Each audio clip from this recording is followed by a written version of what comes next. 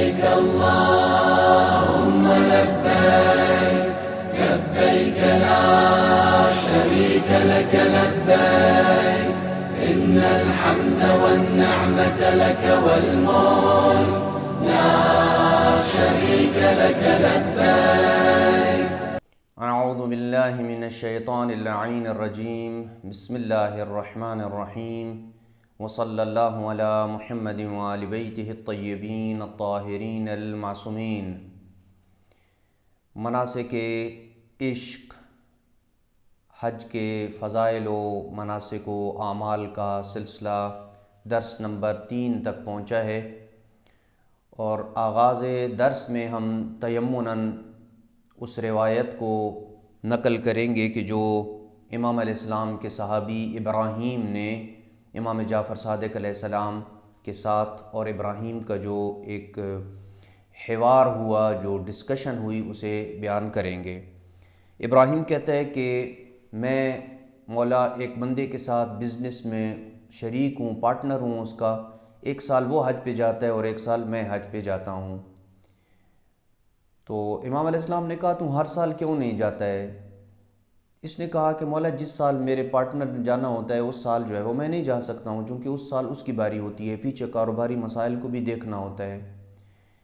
تو کیا یہ ممکن ہے کہ جس سال میں حج پہ نہ جاؤں اس جگہ پہ میں کچھ رقم دے دوں؟ جیسے اس نے کہا کہ کیا ممکن ہے کہ میں 500 درہم یا دینار صدقہ دے دوں تو مجھے حج کا ثواب مل جائے؟ امام علیہ السلام نے فرمایا نہیں، الحج افضل، حج افضل ہے. اس نے کہا اگر میں 2000 دینار دے دوں؟ امام علیہ السلام نے فرمایا الحج افضل، حج افضل ہے.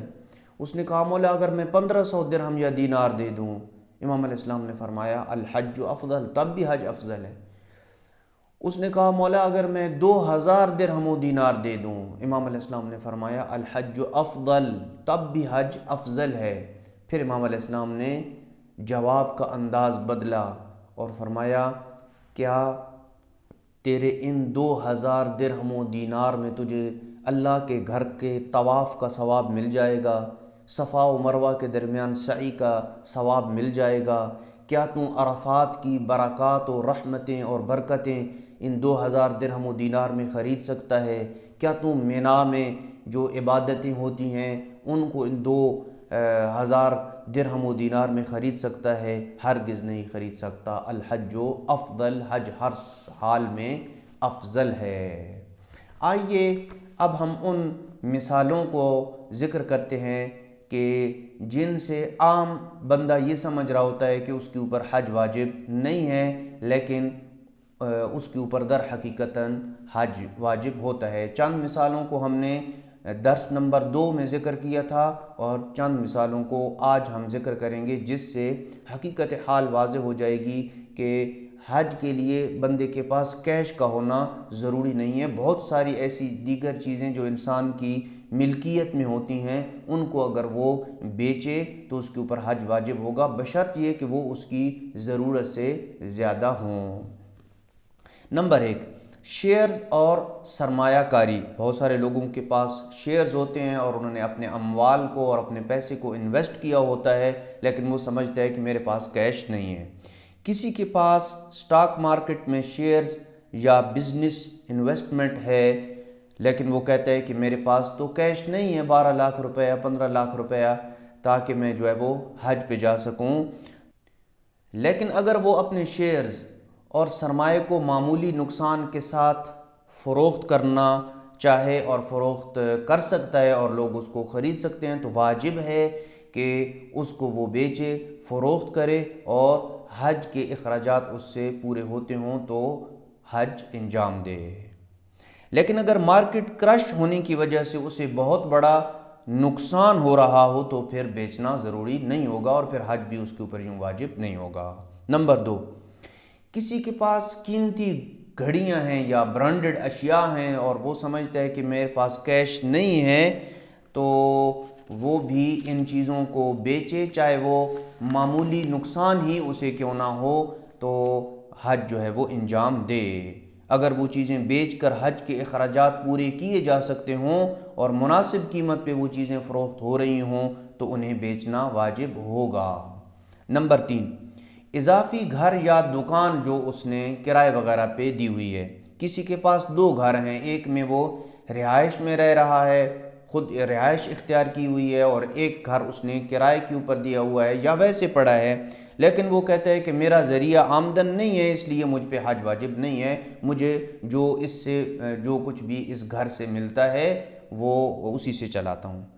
اگر دوسرا گھر یا اضافی دکان بیچ کر یا کرائے پر دے کے حج کا انتظام ہو سکتا ہو تو اس کے اوپر واجب ہے کہ اس دوسری دکان کو بیچے یا دوسرے گھر کو بیچے یا کرائے پہ دے، اور حاصل ہونے والی جو آمدن ہے اس سے حج وہ انجام دے، اگر وہ حاصل ہونے والی آمدن اس کے جو نفقات ہیں، جو اس کے اخراجات ہیں، جو اس کی ضرورت ہے اس سے زائد ہو تو۔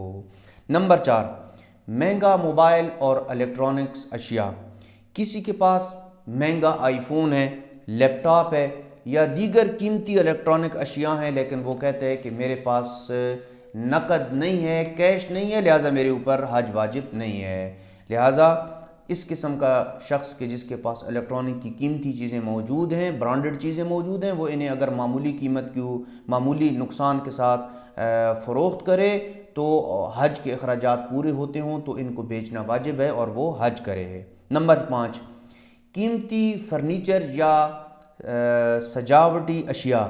کسی کے گھر میں مہنگا فرنیچر پڑا ہے یا سونے یا چاندی کے برتن اس کے پاس موجود ہیں، قیمتی قالینیں ہیں یا قیمتی پینٹنگز موجود ہیں، لیکن وہ کہتا ہے کہ میرے پاس تو کیش نہیں ہے، اگر ان چیزوں کو فروخت کر کے حج کا انتظام ہو سکتا ہے تو ان کو بیچے اور وہ حج انجام دے۔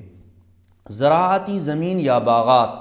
کسی کے پاس زرعی زمین ہے یا باغ ہے یا فارم ہاؤس ہے، لیکن وہ کہتا ہے کہ میرے پاس تو 10 12 لاکھ 15 لاکھ روپے جتنا حج کے اوپر خرچ ہوتا ہے وہ میرے پاس نہیں ہے، لہٰذا میرے اوپر حج واجب نہیں ہوگا۔ تو ایسی بات نہیں ہے، وہ اس باغ کے اگر کچھ حصے کو یا فارم کے کچھ حصے کو بیچے اور معمولی نقصان ہوتا ہے اور حج کا انتظام اس رقم سے ہو جاتا ہے تو واجب ہے کہ اس کو وہ بیچے، باغ کے کچھ حصے کو، اپنی زرعی زمین ہے جو ہے اس کے کچھ حصے کو یا فارم ہاؤس کے کچھ حصے کو بیچے، اور وہ اس کی ضرورت سے بھی زیادہ ہے تو اس کے اوپر ان چیزوں کو بیچنا واجب ہے اور اسی کے ساتھ وہ حج انجام دے۔ وصلی اللہ علی محمد وآل بیتہ الطیبین الطاہرین المعصومین۔